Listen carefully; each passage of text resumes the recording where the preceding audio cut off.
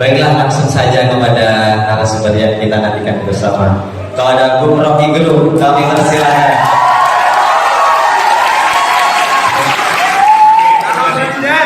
Teman-teman, tadi saya berhormat sebagai penghormatan terakhir. Karena kita tidak bisa menduga arah dari politik hari ini. Sangat mungkin dalam 2-3 hari ada proses politik yang menyebabkan foto-foto itu diturunkan. Ya, gak ada pola untuk membaca politik Indonesia. Saya mulai dari situ. Saya menikmati gairah Anda untuk mengeluk-elukkan seseorang. Yes. Tapi itu gairah yang diprovokasi oleh teman-teman saya.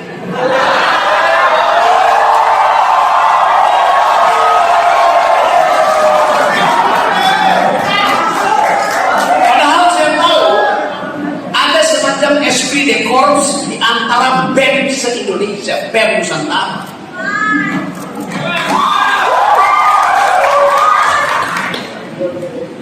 Kemarin malam sebelum saya kesini, saya ada di Universitas Indonesia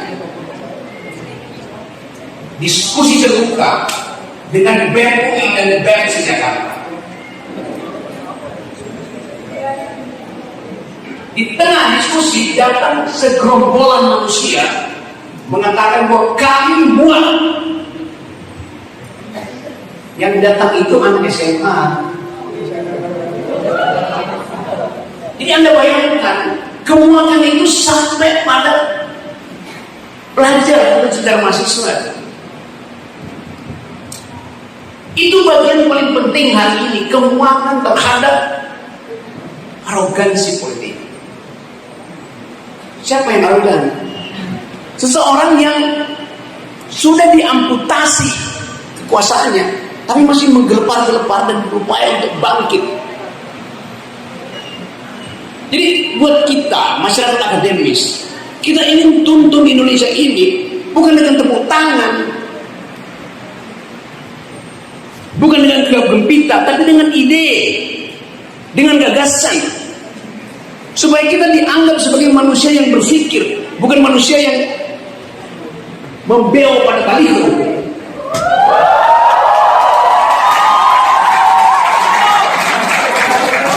Nah, kalau sini institut di belakangnya agama Islam. Karena institut itu menunjukkan bahwa apapun yang saya ucapkan, dia datang dari proses pengembangan yang dibutuhkan. Itu namanya institut. Saya coba bandingkan dengan kita bicara tentang dialog kebangsaan. Tapi kita juga untuk bayangkan dua bangsa itu jadi semacam apa?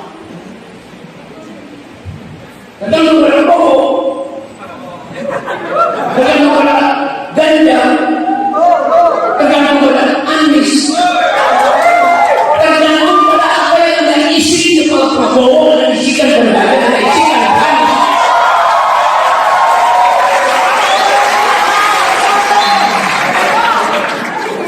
Anda yang mesti isi kepala dia orang itu, karena nasib Anda bisa juga dengan nanti. Sama tumbuhkan di situ keadaan. Sama seperti mahasiswa puji-puji seseorang 9 tahun, bahkan tokoh-tokoh nasional, pemimpin generasi terbaik, wartawan keren, budaya bagus, selama 9 tahun bergerombol di sekitar baliho Jokowi. Dan 3 hari lalu mereka menangis di depan televisi. Saya nggak mau lihat Anda menangis, karena mereka tokoh-tokoh itu membeli kucing dalam karung. Anda hari ini boleh membeli kucing dalam karung, tapi Anda pastikan karungnya bolong supaya Anda bisa tahu ini kucing maling Ini kucing yang berpikir, ini kucing yang disuruh partai.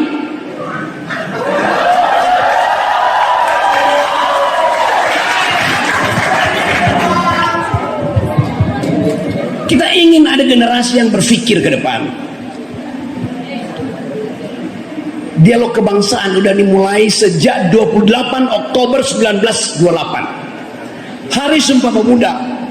Ketika sejumlah pemuda menetapkan satu pikiran bahwa mereka dipersatukan oleh tanah air yang sama. Mereka dipersatukan oleh rasa kebangsaan yang sama. Mereka dipersatukan oleh bahasa yang sama.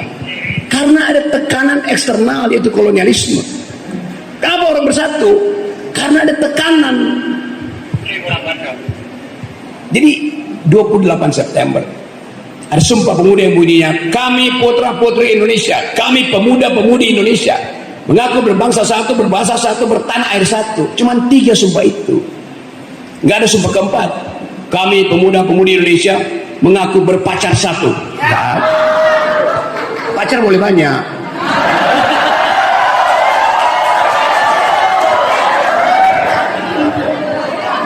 Anda bayangkan 28 Oktober, artinya 94 tahun lalu 94 tahun lalu sejumlah pemuda menghasilkan pikiran, dan sampai sekarang kita ingat Sumpah Pemuda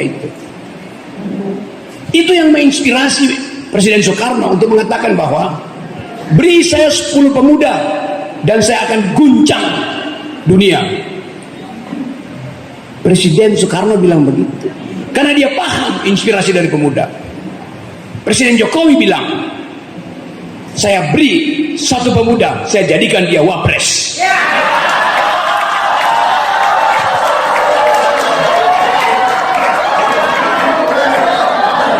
Anda bayangkan ide apa yang ada di kepala Jokowi sehingga hanya mampu mengucapkan kalimat dangkal itu. Dan si pemuda bilang bahwa ya jangan khawatir, saya sudah di sini. Percakapan akademis apa itu?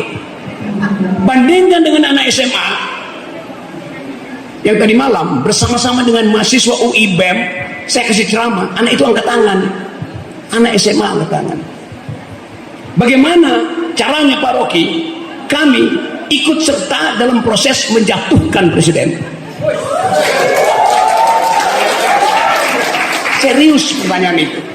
Artinya mereka setiap hari melihat TikTok, mengikuti media.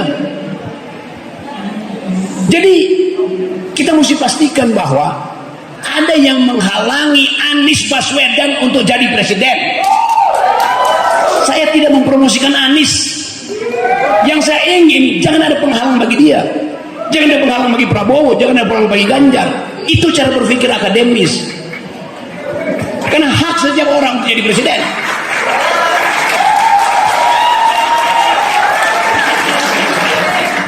Jadi jangan Anda terpukau dengan Anies jadi presiden. Padahal ada presiden. Salah.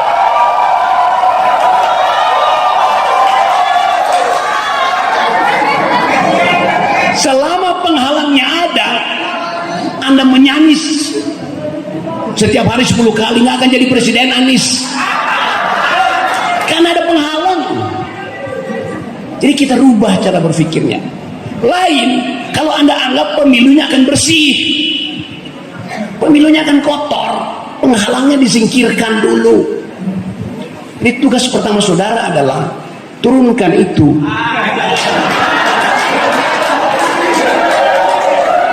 Saya serius, baru ada yang naik. Begitu berpikirnya. Euforia penting, tapi logika lebih penting.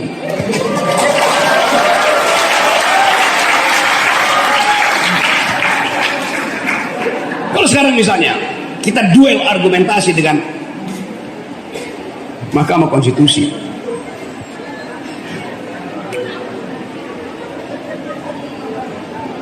saya ingin rektor kalian jadi presiden.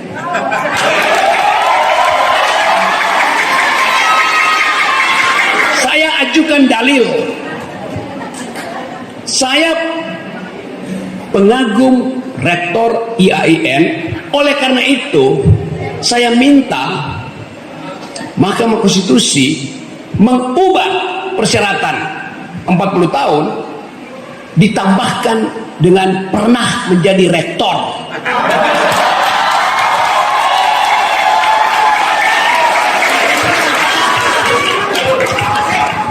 Lolos nggak? Nggak bakal lolos. Karena Pak Rektor bukan pengumpul kaleng kongguan. Jadi Anda lihat hambatannya di situ. Padahal kalau dikatakan pernah menjadi pemimpin, Gibran pernah jadi memimpin wali kota Solo. Rektor memimpin IAIN, lebih berat mana?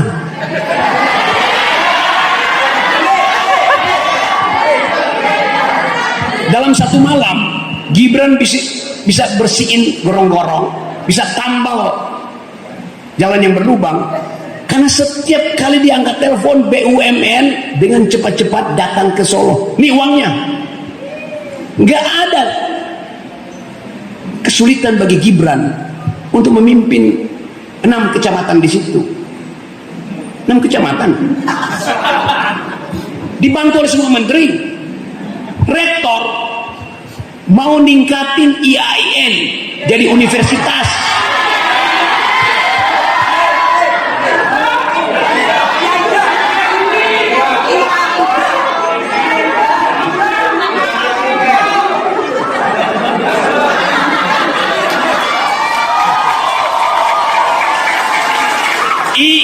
IAIN saya bilang,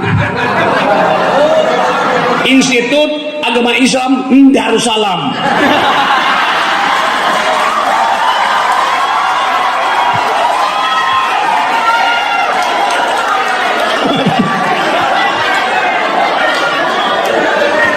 Saya balik soal tadi ya. Saya balik tadi. Anda tadi dengar 3 teman saya secara lantang mempromosikan Anies. Hak mereka dan hak Anda untuk berpikir lain, hak Anda untuk menguji teman-teman itu. Jadi biasakan, nggak usah panik kalau nama seseorang disebut, karena faktanya Anies udah jadi calon presiden, maka diucapkan. Yang penting jangan kita membebek pada suara-suara itu. Yang penting Anda mesti periksa pikirannya tuh. Itu yang saya anjurkan pada saudara-saudara. Selama ini kampus disterilkan untuk bicara politik. Padahal politik itu adalah ide utama untuk menghasilkan keadilan. Ide utama itu mesti diuji. Di mana itu diuji? Di tempat yang ada metodologi. Institut, kampus adalah tempat kita mengaktifkan metodologi, mengaktifkan kritisisme. Karena itu pikiran-pikiran capres itu diuji di kampus, bukan diuji di panggung dangdut.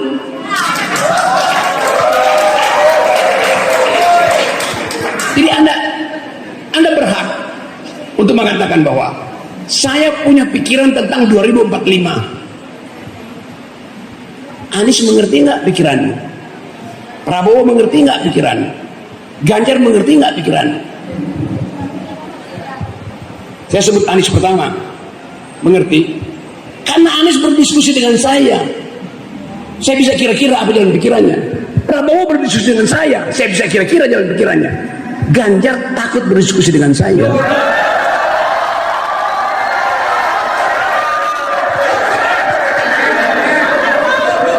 Pilihan itu datang ketika ada diskurs, ketika ada dialektika. Anda tidak memilih seseorang yang wajahnya ada di baliho. Balihonya besar, kepalanya besar, tapi kosong. Itu yang saya inginkan. Jadi saya mau menerangkan pada teman-teman bahwa proses menuju Indonesia yang bersih, proses menuju Indonesia yang adil, proses menuju Indonesia yang bermutu adalah hasil investasi saudara hari ini. membayangkan ada Indonesia emas 2045. Tapi tahapan ke arah itu kita nggak pernah lihat kemana. Apakah generasi baru sekarang tune in dengan sistem pemikiran dan sistem evaluasi dunia terhadap alam semesta, genetika, semua hal mesti kita bayangkan. Karena 2045 Anda akan masuk di dalam perebutan model-model riset. Jokowi nggak pernah ngerti bahwa 2045 itu tidak diperlukan lagi kaki, tidak diperlukan tangan, yang diperlukan otak. Karena Anda mesti riset. Saya terangkan keadaan dunia hari ini. Di seluruh dunia, di semua universitas bergengsi, hanya ada 3 klaster riset. Satu, riset tentang human genome, riset tentang genetika manusia, untuk mengetahui Anda berasal dari mana. Anda bilang nenek moyangmu datang dari kerajaan Majapahit. Pertanyaannya, Raja Majapahit datang dari mana? Pasti nggak dari Solo. Karena Raja Solo jejaknya nggak ketahuan, sama seperti jasanya nggak jelas. Jadi riset pertama tentang genetika manusia seluruh dunia, sehingga sangat mungkin Danu ini teman saya, dia dari situ, tapi dia nyalek dari PAN. Tapi dia teman saya tahu cara berpikirnya. Artinya dia harus mendukung Gibran. Tapi saya tahu dilema itu.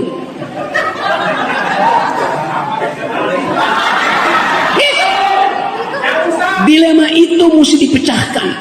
Danu nggak ada soal. Zulhas membungkuk di depan Gibran.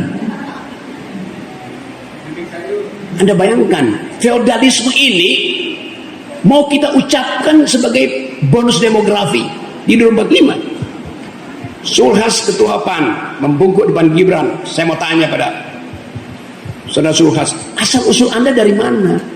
Di dalam riset genetika, apakah nenek moyangnya pun berbungkuk pada seseorang? Jangan-jangan iya. Anda sebut Anda di Banyuwangi, sangat mungkin nenek moyangmu datang dari semak-semak Afrika, the Basque people. Ya, karena sejak 40.000 tahun lalu, 4 juta tahun lalu bahkan, udah terjadi migrasi dunia. Kita nggak tahu asal usul kita dari mana. Najwa Shihab waktu diuji DNA-nya, dia kaget sendiri, dan kita juga kaget. Asal usul Najwa Shihab seharusnya dari Arab, tapi DNA-nya mayoritas Cina, Tiongkok. Itu pentingnya riset buat kita tahu. Jadi riset human genome memungkinkan kita untuk tidak bersifat rasis. Riset human genome memungkinkan kita menghormati perjalanan evolusi suku yang lain. Itu yang kita sebut sebagai kemajemukan. Bukan sekedar slogan Pak Jokowi, kami Pancasila, kami Indonesia.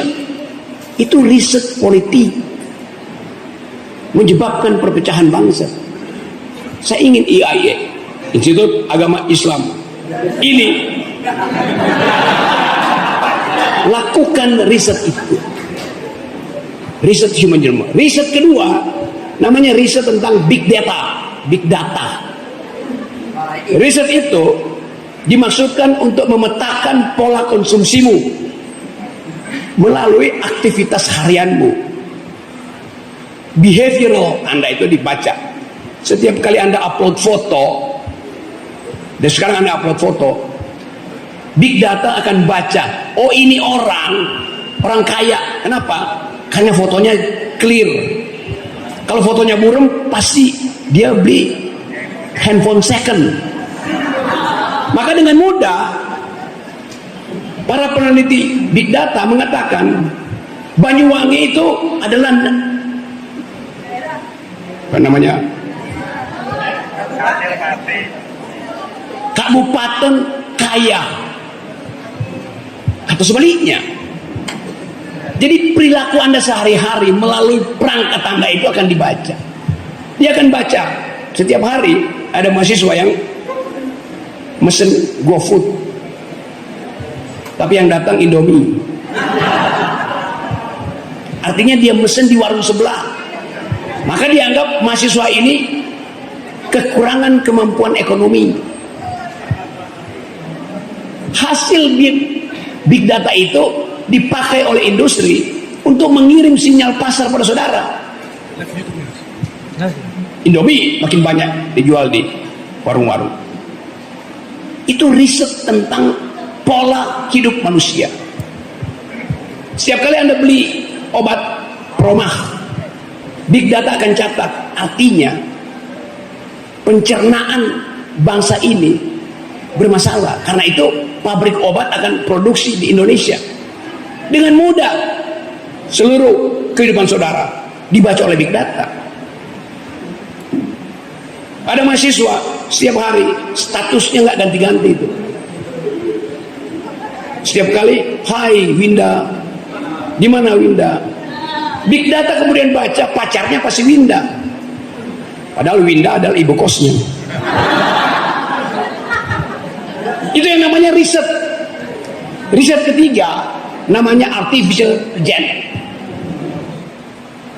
Kemampuan otak kita bertumbuh lebih cepat dari kemampuan kita untuk membaca proposal politik.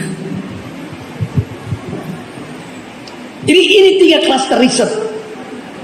Kita tanya pada Anies, klaster riset mana yang bisa kita kembangkan supaya kita bisa mencapai bonus demografi? Itu pertanyaan akademis. Tanya pada Prabowo, pasti bisa jawab. Tapi jangan tanya pada Ganjar, nggak bisa dia jawab. Pasti itu. Ini namanya faktual, bukan saya menjelekkan atau memuji, tapi saya baca cara mereka mengucapkan kalimat akademis nggak terdengar. Harapan di Indonesia ke depan, Indonesia emas. Bagaimana membuat Indonesia emas kalau modalnya adalah kaleng kongguan? Kaleng. Jadi bagi Anda di sini, pastikan bahwa kita memproduksi pikiran supaya satu waktu 2029 ada pemilu yang betul-betul bersih karena didasarkan pada gagasan. Ya, saya balik lagi pada tema ini. Kebangsaan itu disebut kebangsaan kalau ada percakapan tentang 3 masalah itu. Bukan lagi sekedar kita pernah mengusir Belanda, kebangsaan udah lewat. Kebangsaan adalah tantangan di depan, bukan mengingat-ingat yang di belakang.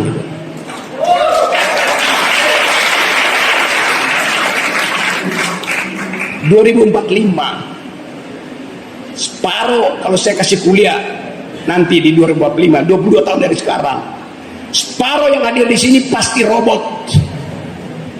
Karena robot ingin mendengar bagaimana Banyuwangi menghasilkan kepemimpinan yang basisnya adalah kecerdasan. Robot mau belajar dari Banyuwangi karena ada bagian yang robot nggak tahu. Kenapa begitu? Karena evolusi teknologi itu setiap 8 jam teknologi berubah. Sementara evolusi manusia membutuhkan 4 juta tahun. Dengan kata lain, evolusi teknologi akan mengejar evolusi biologi. Begitu cara berpikirnya. Jadi, saudara-saudara, saya senang bahwa kita bisa ada di sini dengan satu janji bahwa kita ingin mengucapkan kembali kebangsaan itu sebagai modal untuk memperbaiki kecerdasan kita di masa depan. Itu intinya. Nanti kita akan diskusi, dan tadi saya habis agak telat tadi kan, masih makan ikan bakar dulu di Banjarsari. Ya, Blimbing Sari ya. Blimbing Sari. Ikannya ikan bawal. Saya dapat bagian bawal. Ikan bawal di Banjarsari.